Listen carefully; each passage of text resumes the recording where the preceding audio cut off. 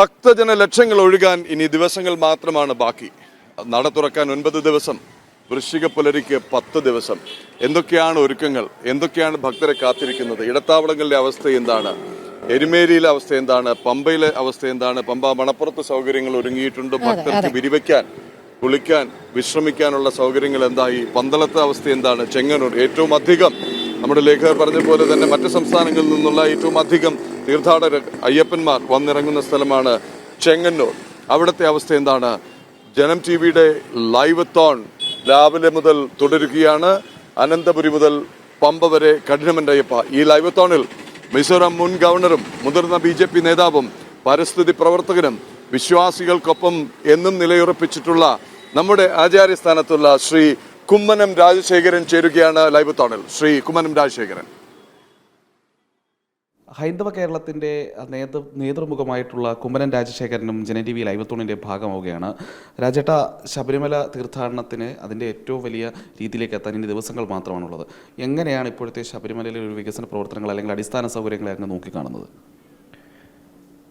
ഈ ശബരിമല മണ്ഡലവ്രത മകരവിളക്ക് കാലത്തെ പലരും പറയുന്ന അയ്യപ്പൻ കോളെന്നാണ്. നമ്മുടെ പത്തനംതിട്ടയിലും കോട്ടയം പ്രദേശങ്ങളിലൊക്കെ പലപ്പോഴും കേൾക്കാറുള്ള വാക്കാണ്.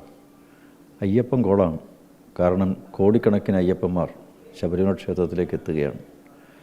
അപ്പോൾ അവരിൽ നിന്നും എന്ത് ലാഭമാണ് ഉണ്ടാക്കിയെടുക്കാൻ, നേട്ടം ഉണ്ടാക്കിയെടുക്കാൻ കഴിയുമെന്നുള്ളതിനെക്കുറിച്ച് ചിന്തിക്കുന്നവർ ധാരാളമാണ്. അതിലൊന്ന് ദേവസ്വം ബോർഡാണ്. ദേവസ്വം ബോർഡ് വാസ്തവത്തിൽ ശബരിമലയിൽ നിന്നും എന്ത് സംഭരിക്കാം എന്നുള്ളതിൽ മാത്രം കണ്ണ് വെച്ചുകൊണ്ട് പ്രവർത്തിക്കുന്നവരാണ്. കേരള സർക്കാരാണ് അടുത്തയാൾ. അയ്യപ്പന്മാരെ ഏറ്റവും അധികം ചൂഷണം ചെയ്യുന്ന 2 ഏജൻസികൾ ഇവരാണ്. ശബരിമലയിൽ കോടിക്കണക്കിന് ആളുകൾ എത്തുന്നു എന്നുള്ളതൊരു യാഥാർത്ഥ്യമാണ്. വാഹനങ്ങൾ ധാരാളം എത്തുന്നു. തമിഴ്നാട്, കർണാടക, തെലങ്കാന, ആന്ധ്ര തുടങ്ങിയിട്ടുള്ള പല സ്ഥലങ്ങളിൽ നിന്നും ആൾക്കാരെത്തുന്നു. കേരളത്തിൽ നിന്നുള്ളവർ വളരെ കുറവാണ്. പക്ഷേ മറ്റ് സംസ്ഥാനങ്ങളിൽ നിന്നും ഇത്രയധികം ആളുകൾ കേരളത്തിലൂടെ യാത്ര ചെയ്യുകയാണ്. കേരളത്തിൻ്റെ അത്രയും ജനസംഖ്യയോളം ഒരു വർഷം പുറത്തുനിന്നും ആൾക്കാരിവിടെ ശബരിമല ക്ഷേത്ര ദർശനത്തിന് വേണ്ടി എത്തുന്നു എന്നുള്ളൊരു യാഥാർത്ഥ്യം നമ്മൾ ഓർക്കണം. ശരി, ഇനി അതിൽ അതിശയോക്തി സംഖ്യയിലുണ്ടാവാം, ആയിക്കൊള്ളട്ടെ. എന്നിരുന്നാലും മോട്ടോർ വെഹിക്കിൾ ഡിപ്പാർട്ട്മെൻറ്റിൻ്റെ പക്കൽ വാഹനങ്ങളുടെ കണക്കുണ്ട്. കഴിഞ്ഞ വർഷം 20 ലക്ഷത്തോളം വാഹനങ്ങൾ വന്നുവെന്നാണ് കണക്ക്. 20 ലക്ഷം വാഹനങ്ങൾ വന്നുവെങ്കിൽ കേരളത്തിന് പുറത്തു നിന്നാണ്. അത്രയധികം വാഹനങ്ങൾ കേരളത്തിലേക്ക് കടന്നിറങ്ങി വന്നെങ്കിൽ അവർക്ക് എന്താണ് ആദ്യം വേണ്ടത്? നല്ല റോഡ് വേണം. പിന്നെ അവർക്ക് താമസിക്കാനുള്ള സൗകര്യങ്ങളുണ്ടാവണം. വഴിയോരങ്ങളിൽ അവർക്ക് വിശ്രമിക്കാനുള്ള സൗകര്യം, ചികിത്സാ സൗകര്യം, ആഹാരത്തിനുള്ള സൗകര്യം, ഇങ്ങനെ അടിസ്ഥാനപരമായിട്ടുള്ള സൗകര്യങ്ങളുണ്ടാവും. ഇതൊന്നും അവർ ചെയ്തു കൊടുക്കുന്നില്ല. വേണ്ട, ദേവസ്വം ബോർഡിൻ്റെ ക്ഷേത്രങ്ങളുണ്ടല്ലോ, അവിടെയെങ്കിലും ഒരു 2 കക്കൂസെങ്കിലും പണിത് കൊടുത്തുകൂടെ? അതുമില്ല. കുടിക്കാൻ വെള്ളം, കഴിക്കാൻ ആഹാരം, അവിടെ ഒന്ന് വിശ്രമിക്കാൻ വിരിവെക്കാനുള്ള സൗകര്യം, ഭക്ഷണത്തിനുള്ള സൗകര്യം, ചികിത്സയ്ക്കുള്ള സൗകര്യം, ഇതൊക്കെയാണ് യാത്ര ചെയ്യുന്നവർക്ക് ആവശ്യം. ശബരിമല ക്ഷേത്രത്തെപ്പറ്റി ചിന്തിക്കുമ്പോൾ അല്ലെങ്കിൽ മകരവിളക്ക് മഹോത്സവത്തെപ്പറ്റി നമ്മൾ ഓർക്കുമ്പോൾ നമ്മളുടെ മനസ്സിലേക്ക് കടന്നു വരുന്ന ലോകത്തിലെ ഏറ്റവും വലിയ മറ്റൊരു തീർത്ഥാടനമുണ്ട്, കുംഭമേള. കോടിക്കണക്കിന് ആളുകളാണ് ശബരിമലയിൽ ഒരു വർഷം എത്തുന്ന. അത്രയും ആളുകൾ അവിടെ 1-2 ദിവസം കൊണ്ട് വരികയാണ്. അവർക്ക് ആർക്കും ഒരു പരാതിയില്ല. ഭക്ഷണത്തിന് യാതൊരു ബുദ്ധിമുട്ടുമില്ല. ചികിത്സ വേണോ, എന്തെങ്കിലും ബുദ്ധിമുട്ടുണ്ടെങ്കിൽ അത് പരിഹരിക്കാനുള്ള സംവിധാനമുണ്ട്. ഇതാണ് ശാസ്ത്രീയമായ രീതിയിലുള്ള ഈ തീർത്ഥാടന മഹോത്സവത്തിൻ്റെ മാനേജ്മെൻറ്റ് എന്ന് പറയും. കേരളത്തിൽ 20 ലക്ഷം വാഹനങ്ങൾ മറ്റുള്ള സ്ഥലങ്ങളിൽ എത്തുമ്പോൾ ഏറ്റവും ചുരുങ്ങിയത് ഒരു 1000 രൂപയുടെ എങ്കിലും അവർ ഇന്ധനം അടിക്കുമെന്ന് വിചാരിക്കുക വാഹനത്തിന്. അതിൽ 500 രൂപയോളം പോകുന്നത് കേരള ഗവൺമെൻറ്റിനല്ലേ. അങ്ങനെയാണെങ്കിൽ എത്രയോ കോടിക്കണക്കിന് രൂപയാണ്. ഇനി അവർ ആഹാരം കഴിക്കുമ്പോൾ, ഏതെങ്കിലും സാധനങ്ങൾ വാങ്ങുമ്പോൾ ഇതിനൊക്കെ ടാക്സ് കേരള ഗവൺമെൻറ്റിൻ്റെ ഖജനാവിലേക്ക് പോകുന്നില്ലേ? ഒരു 3000 കോടി രൂപ ഏറ്റവും കുറഞ്ഞത് ശബരിമല സീസൺ കാലത്ത് ഈ ഗവൺമെൻറ്റിന് കിട്ടുന്നുണ്ട്. പക്ഷേ ഗവൺമെൻറ് തിരിച്ചങ്ങോട്ട് ഭക്തജനങ്ങൾക്ക് വേണ്ടി എന്ത് ചെയ്യുന്നു? ഇതൊരു ചോദ്യമാണ്. ഭക്തജനങ്ങൾക്ക് വേണ്ടി ഒരു സൗകര്യം ചെയ്യുന്നില്ല. ഒരു സ്ഥലത്തും വിശ്രമിക്കാനുള്ള സൗകര്യമോ അല്ലെങ്കിൽ അവർക്ക് ഇവിടുത്തെ ഏതെങ്കിലും വിധത്തിലുള്ള അവരുടെ ആരോഗ്യ പരിരക്ഷണത്തിനോ ഭക്ഷണം നൽകുന്ന കാര്യത്തിനോ ഒന്നും ഒരു സൗകര്യമില്ല. ആ ഓരോ ബസ് സ്റ്റാൻഡുകളിലും ഒക്കെ അലഞ്ഞിരിഞ്ഞ് നടക്കുന്ന അയ്യപ്പന്മാരുടെ ആ ചിത്രം ഒന്ന് ആലോചിച്ച് നോക്കുക. അവരെന്ത് തെറ്റ് ചെയ്തിട്ടാണ്? അവർക്ക് ആവശ്യമായിട്ടുള്ള സൗകര്യങ്ങൾ ചെയ്തു കൊടുത്തുകൂടെ? വേണ്ട പമ്പയിൽ ചെയ്തു കൊടുത്തു, അല്ലെ ശബരിമല ചെയ്തു കൊടുത്തുകൂടെ? എവിടെയെങ്കിലും ഒന്ന് ചെയ്തു കൊടുത്തുകൂടെ? ഒരു മനുഷ്യത്വപരമായ സമീപനം എന്തുകൊണ്ട് ഈ അയ്യപ്പ തീർത്ഥാടകരോട് കാണിക്കുന്നില്ല? ഇനി ഇടത്താവളങ്ങൾ ധാരാളമുണ്ട്, ശരിയാണ്. ശബരിമലയ്ക്ക് പോകുമ്പോൾ ഏറ്റവും അധികം ബേസ് റെയിൽവേ സ്റ്റേഷൻ എന്ന് പറയുന്നത് ചെങ്ങന്നൂരാണ്, തിരുവല്ലയാണ്, കോട്ടയമാണ്, എറണാകുളമാണ്. ഇവിടേക്ക് അടുത്ത് ധാരാളം ദേവസ്വം ബോർഡിൻ്റെ ക്ഷേത്രങ്ങളാണ്. അവരൊക്കെ അവിടെ പോകാറുണ്ട്.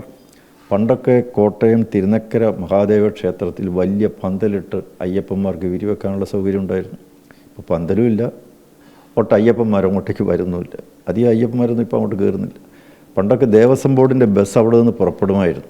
എല്ലാ വണ്ടികളും KSRTC വണ്ടികളൊക്കെ തിരുനക്കര ദേവസ്വത്തിൻ്റെ മുറ്റത്ത് നിന്നായിരുന്നു ആരംഭിച്ചിരുന്നു. ഇപ്പോൾ അതൊന്നുമില്ല. അവിടെ എന്ത് സൗകര്യം ഇപ്പോൾ ഉള്ളത്? കാരണം അതുപോലെ ഏറ്റുമാനൂർ ക്ഷേത്രം, ഇങ്ങനെ വൈക്കം ക്ഷേത്രം, ഇതൊക്കെ ഇടത്താവളങ്ങളായിട്ട് വികസിപ്പിക്കേണ്ടതാണ്. ചെങ്ങന്നൂർ മഹാദേവ ക്ഷേത്രം, കൊട്ടാരക്കര ക്ഷേത്രം, ഇങ്ങനെ ദേവസ്വം ബോർഡിൻ്റെ കീഴിലുള്ള ക്ഷേത്രങ്ങളാണ്. ഇനി അച്ചൻകോവിൽ, ആര്യങ്കാവ്, കുളത്തൂപ്പുഴ, എരുമേലി തുടങ്ങിയിട്ടുള്ള മറ്റ് ക്ഷേത്രങ്ങളുണ്ട്. അവിടെയൊക്കെയാണ് അയ്യപ്പന്മാർ വന്ന് തങ്ങുന്ന സ്ഥലങ്ങൾ. ഇനി ഏറ്റവും അധികം ബുദ്ധിമുട്ട് പന്തളമാണല്ലോ ഏറ്റവും പ്രധാനപ്പെട്ട സ്ഥലം. അവിടെ അനുഭവിക്കുന്ന കഷ്ടപ്പാടുകൾ, ദുഃഖങ്ങൾ, ദുരിതങ്ങൾ എന്തൊക്കെയാണ്? വാസ്തവത്തിൽ ശബരിമല ക്ഷേത്രത്തിലേക്ക് പോകുന്നതിന് മുമ്പ് ചെയ്തു തീർക്കേണ്ടതായിട്ടുള്ള മുന്നൊരുക്കങ്ങളുണ്ട്. ഈ മുന്നൊരുക്കങ്ങളൊന്നും നടന്നിട്ടില്ല. തയ്യാറെടുപ്പുകളുണ്ട്. ശബരിമല അങ്ങോട്ട് വരുന്നു, നട തുറക്കാൻ പോകുമ്പോഴത്തേക്കാണ് വൈറ്റ് വാഷ് ചെയ്യുന്നയാൾ, പെയിൻ്റ് അടിക്കുന്നയാൾ എല്ലാവരും അങ്ങ് എത്തുകയാണ്. അവിടുത്തെ എന്തെങ്കിലുമൊക്കെ ചപ്പുചവറ് മാറ്റാനൊക്കെയുള്ള ശ്രമം. രാജേട്ടൻ അത് പറയുമ്പോഴാണ് ഒരു പ്രധാനപ്പെട്ട ചോദ്യം, മറ്റൊരു കാര്യം എന്ന് പറയുന്നത് ശബരിമലയുടെ വികസന പ്രവർത്തനങ്ങളിൽ ഏറ്റവും പ്രധാനം ശബരിമല മാസ്റ്റർ പ്ലാൻ ആയിരുന്നു. ഈ മാസ്റ്റർ പ്ലാനിന് വേണ്ടി വകയെത്തുന്ന തുകയൊന്ന്, എന്നാൽ ചെലവഴിക്കുന്നത് അതിൻ്റെ 10 പോലും വരാത്ത തുക, വളരെ കുറച്ച് തുക മാത്രം. അതിനിടയ്ക്കാണ് ഇപ്പോൾ വിർച്വൽ ക്യൂ അടക്കമുള്ള സംവിധാനങ്ങൾക്ക് ഇനി സർക്കാർ പണം നൽകില്ല എന്നുള്ളൊരു ഉത്തരവ് കൂടി അടുത്ത് പുറത്തിറങ്ങിയിട്ടുണ്ട്. അത് പരസ്യ വിമാനത്തിൽ നിന്ന് കണ്ടെത്തണമെന്നൊക്കെയാണ് നിർദ്ദേശം. അപ്പോൾ ശബരിമലയ്ക്ക് വേണ്ട അടിസ്ഥാന സൗകര്യങ്ങൾ ഒരുക്കേണ്ട പദ്ധതികളിൽ പോലും സർക്കാർ കൃത്യമായ ഇടപെടൽ, സർക്കാരിൻ്റെ ഉത്തരവാദിത്തം പോലും നിർവഹിക്കുന്നില്ല എന്നുള്ളതല്ലേ? അതെ, ശബരിമല ക്ഷേത്രത്തോട് ചെയ്ത് തീർക്കേണ്ടതായിട്ടുള്ള ഉത്തരവാദിത്തങ്ങളൊന്നും സർക്കാർ നിറവേറ്റുന്നില്ല. കാരണം ശബരിമലയിൽ എന്താണ് ആകെ ചെയ്യുന്നത്? ശബരിമല ക്ഷേത്രത്തിൻ്റെ ഭരണനിർവഹണ കാര്യത്തിൽ പിടിമുറുക്കുന്നു എന്നുള്ളതല്ലാതെ, അവിടെ നിന്ന് പരമാവധി പണം അടിച്ച് മാറ്റിക്കൊണ്ട് പോകുന്നു എന്നുള്ളതല്ലാതെ, വാസ്തവത്തിൽ അതും ഒരു കൊള്ളയാണ്. സ്വർണ്ണക്കൊള്ള പോലെ വേറെ വലിയ കൊള്ളയുണ്ട്. എഴുസിറ്റി ബോർഡുകാർ കൊള്ളയാണ് നടത്തുന്നത്, വാട്ടർ അതോറിറ്റിക്കാർ, അതുപോലെ KSRTC എല്ലാവരും വന്ന്, ഇതാണ് അയ്യപ്പൻ കോളെന്ന് പറയുന്നത്. കാരണം ഇതൊരു കോളാണ്. എഴുസിറ്റി ബോർഡ് നിലനിൽക്കുന്നത്, KSRTC നിലനിൽക്കുന്നത്, വാട്ടർ അതോറിറ്റി നിലനിൽക്കുന്നത്, എല്ലാവരും നിലനിൽക്കുന്നത് എന്തിനു വേണ്ടിയാണ്? അവിടെ നിന്ന് പരമാവധി കോടിക്കണക്കിന് രൂപ അടിച്ചു മാറ്റണം. അതും ഒരു മോഷണമാണ്. സ്വർണ്ണമോഷണം കൊള്ള പോലെ തന്നെ മറ്റൊരു കൊള്ളയാണ്. എഴുസിറ്റി ബോർഡ് അവിടെ എത്രയോ ഏക്കർ ഭൂമിയാണ് ദേവസ്വം ബോർഡ് സൗജന്യമായിട്ട് കൊടുത്തതല്ലേ? അവിടെ KV സ്റ്റേഷൻ വേണ്ടിയിട്ട് സ്ഥലം കൊടുത്തല്ലേ? എന്നിട്ട് എന്തിനാണ് ഇത്രയധികം പണം, വലിയൊരു തുകയാണല്ലോ അവർ ഈടാക്കുന്നത്? അവിടുത്തെ സ്ലാബ് എന്ന് കേട്ട് കഴിഞ്ഞാൽ യൂണിറ്റിന് 15 രൂപയൊക്കെയാണ് കേൾക്കുന്നത്. ഇത്രയും വലിയ തുക എന്തിനാണ് ഏറ്റെടുക്കുന്നത്? അതുപോലെ കുടിക്കാൻ വെള്ളം, നാച്ചുറൽ ഫ്ലോയിൽ വെള്ളം കിട്ടുന്ന സ്ഥലമാണ് ശബരിമല. ശബരിമലയാണ് ഏറ്റവും ഉയർന്ന സ്ഥലം, ഏറ്റവും താഴ്ന്ന സ്ഥലമാണ് പമ്പ. പക്ഷേ പമ്പയിൽ നിന്ന് വെള്ളം പമ്പ് ചെയ്ത് മുകളിലോട്ട് അടിച്ച് കയറ്റുകയാണ്. 3 സ്ഥലങ്ങളിൽ ശേഖരിച്ചിട്ട് അടിച്ച് കയറ്റുകയാണ്. ഇപ്പോൾ ഇലക്ട്രിസിറ്റി ചാർജ് കൂടും. മോട്ടറിൽ അടിക്കുന്നു. എഴുസിറ്റി ബോർഡിനത് ആവശ്യം, വാട്ടർ അതോറിറ്റിക്കാണത് ആവശ്യം. നാച്ചുറൽ ഫ്ലോയിൽ ശബരിമല ക്ഷേത്രത്തിൻ്റെ ചുറ്റുപാടും വെള്ളമുണ്ട്. കുന്നാർ ഡാമിൽ വെള്ളമുണ്ട്. അവിടെ നിന്ന് ഒരു പൈപ്പും കൂടെ ഇട്ട് കഴിഞ്ഞാൽ ഈ വെള്ളം മുഴുവൻ ഇങ്ങ് പമ്പയിൽ വരെ എത്തും. ഒരു കുഴപ്പവും, നാച്ചുറൽ ഫ്ലോയിലെത്തും. സ്വാഭാവിക നീരൊഴുക്ക് ഉണ്ടാവും. പക്ഷേ അതുകൊണ്ടാണ് ഞാൻ പറയുന്നത്, ശബരിമല എന്ന് പറയുന്ന ഒരു വാണിജ്യ കേന്ദ്രമാണ് സർക്കാരിനെ സംബന്ധിച്ചിടത്തോളം. ഒരു ടൂറിസ്റ്റ് കേന്ദ്രമാണ്, ഒരു കറവപ്പശുവാണ്. പരമാവധി അവിടെ നിന്ന് പിഴിഞ്ഞെടുത്ത് കൊണ്ടുപോകാൻ എന്താണ് സാധിക്കും? അക്കൂട്ടത്തിൽ പിഴിഞ്ഞ് സ്വർണ്ണവും ഇപ്പോൾ പൊക്കിയെടുത്തു. കഴുകക്കണ്ണ് എന്ന് പറഞ്ഞാൽ കഴുകൻ്റെ കണ്ണ് എപ്പോഴും അങ്ങോട്ടാണ്.